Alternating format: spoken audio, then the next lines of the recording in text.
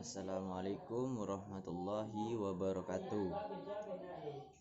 Nama saya Taufikur Rahman, NPM 718212623, Fakultas Ekonomi dan Bisnis, Prodi Manajemen. Kali ini saya akan sedikit menjelaskan mengenai materi pelatihan dan pengembangan. Pelatihan dan pengembangan perusahaan tidak hanya bersaing pada peningkatan kuantitas maupun kualitas produk dengan perusahaan lain.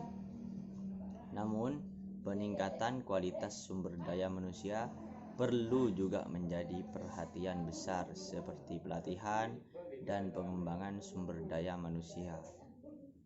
Pelatihan dan pengembangan sumber daya manusia tidak sekedar mengikuti program dari kantor pusat, namun harus memperhatikan aspek multibudaya dan lingkungan antar negara. Pelatihan di lingkungan internasional. Pelatihan adalah suatu proses memilih sikap dan perilaku tenaga kerja untuk ditingkatkan menjadi lebih baik demi pencapaian tujuan. Bentuk pelatihan MNC dipengaruhi oleh perusahaan MNC yang melakukan pelatihan didatangkan dari kantor pusat, namun sebagian lain menggunakan orang lokal. MNC yang etnosentris biasanya menempatkan orang yang berasal dari kantor pusat sebagai orang kunci dalam posisi manajemen internasional. MNC yang polisentris umumnya menempatkan orang lokal sebagai posisi kunci.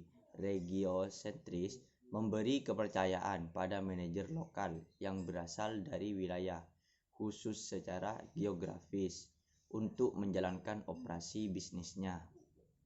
Geosentris berdasarkan kualifikasi dan seluruh manajer di kantor cabang secara struktur sama dengan yang ada di kantor pusat.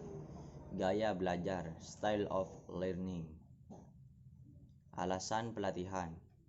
Alasan organisasi agar menjalankan operasi bisnis di luar negeri lebih efektif, dan alasan lainnya adalah mengatasi etnosentrisme. Alasan personal, memperbaiki kemampuan dalam berinteraksi secara efektif dengan para personel lainnya.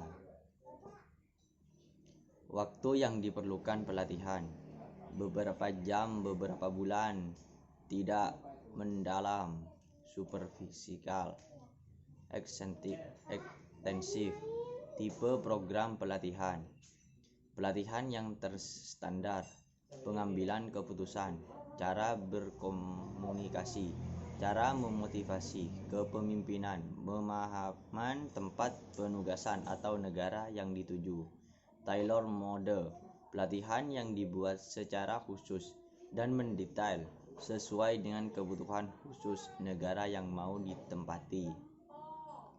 Kultural assimilator, perpaduan budaya merupakan salah satu pendekatan pelatihan yang dianggap cukup efektif bagi para manajer di lingkungan internasional. Pengembangan organisasi. Pengembangan diharapkan dapat mempersempit berbagai perbedaan individu dan kelompok yang ada dalam organisasi.